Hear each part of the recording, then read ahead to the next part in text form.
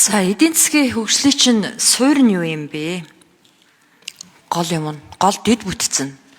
Эдийн засгийн хөгжлийн сайд эдийн засгийн хөгжлөө ярина. Энэний чинь суурь дэд бүтцэн юу юм? Ус штэ.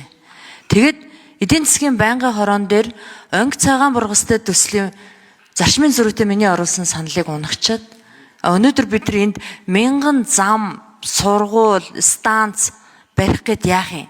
Усгүй ижиж говийн бус 1.7 их наядыг төвлөрүүлдэг штэ. 1.7 тэрбум биш шүү. 1.7 их наядыг төвлөрүүлдэг. Говийн ард түмэн баялгаа хизээч тэмцэж хизээч хармалж байгаагүй өгдөг. Тэгсэн хэрнээ бид нар яагаад гадаргын устай байж болдгоо? Бид нар яагаад амьд явж болдгоо юм? Говийн ард түмэн яагаад устай байж болдгоо юм? Та хөдөө аж ахуйн сайд байсан. Нийт малын чинь 40% нь ундны усны их үсрэг болцсон ба шүү. Манай улсын усны 80% нь гүний ус. Тийм учраас бид нар дэлхийд усны хомсдолтой 20 орны нэгэнд ордог байхгүй юу гэж шүү дээ. Тэгэхээр бид нар өнөөдөр хөгжлийн төлөлгөө батлах байгаа бол уснаас татгалзчаад ямар юмных нь хөгжлийн төлөлгөө байдгийг.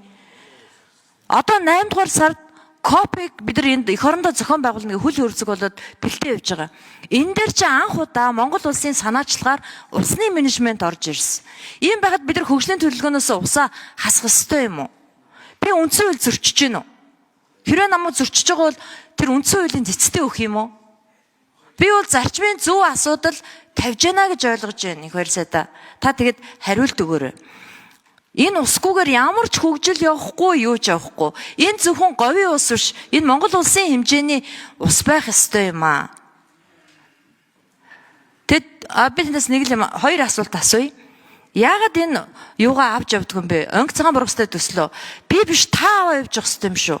Та эдийн засгийн байнгын хорог лоббидод энэ усны төслийг дэмжиж өгөөч гэд явж явах ёстой хүний нэг гэж би нэгдүгürt бодож байна. Хоёрдугаарт би энэ саналыг хэлж байгаагаараа ийм зарчмын зөрүүтэй санал гаргаснараа үндсэн хууль зөрчсөн үү?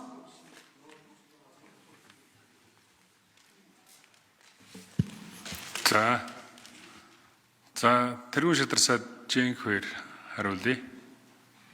Та надад асуултаа ажлын хэсэг эдийн засгийн байнгын ороноос асуулъя яасан гэж. Нэг. Би тань өмнө хэлсэн шүү дээ. Эдийн засгийн хөгжлийн тэргүүл чиглэлийн хүрээнд энэ усны асуудал говийн бүс усчлалт байгаа. Техник эдийн үндэслэл хийгдэж байна. Хэрлэн тоон дээр Тэзүү оюутлогын компани санхүүжүүлээд Тэзүүнд дууслаа. Нэлээд тэрбум олон тэрбум зарцууллаа. 4 маршрут гарчлаа. Маршрутаас нь сонголт хийнэ. Тэгээд энэ чинь өртөгд орж ирнэ шүү дээ. Тэр Тэзүүгээр гişнээ төрөний хөрөнгө оруулалтаар яаж явах юм? Маршрут нь тодорхойлох хэрэгтэй. Нийгмийн зөвлөгөөнүүд нь процесс дуусаагүй байгаа юм дээр мөнгө тавьж болохгүй шүү дээ. Нэг. Хуулийн зүйлээр санал хураасан байх гэж бодож байна. Чин бодлогын асуудал дээр тэргүүл чиглэл дээр онг цагаан бурстай хэрлэн тоон энэ говийн бүсийн усчлалт бол тэргүүлэх ээлжийн бодлого хэвээрэл явж байгаа. Нөгөө талаар бид нар энэ копийн хүрээнд одоо Монгол улс болох арга хэмжээний хүрээнд эн чин тэргүүлэх төсөл танилцуулга төсөл болоод засгийн газрын танилцуулга төсөл болоод явж байгаа үстэй. Тав дахь чиг сайхан ойлголцоод явж байгаа ойлгох нь тэгээд өөр юм яриад байна. Энэ бодлогоос ухарсан зүйл байхгүй. Гадаад дотоод зээл арга хэмжээ болтгоо тусламж нөгөө талдаа энэ болцоотой бол тэр уул уурхайн салбарын зохион байгуулалт дээр хөрөнгө оруулалтын татаад ингээ хийх болцоотой л байна шүү дээ. Ингээ нэг нөгөөгөө үсгээд нэг асуудлыг хурцтгаад улс төр болгох хэрэггүй байна.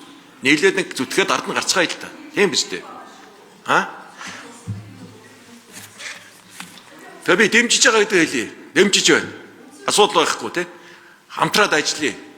Өнөөдөр баримтны эцлээгүй юм дээр бид нар мөнгө тавьж болохгүй л. Суур шаардлага үстэй. Зураг нь хийгдэж байгаа маа мөнгө тавьчих гэж болохгүй үстэй.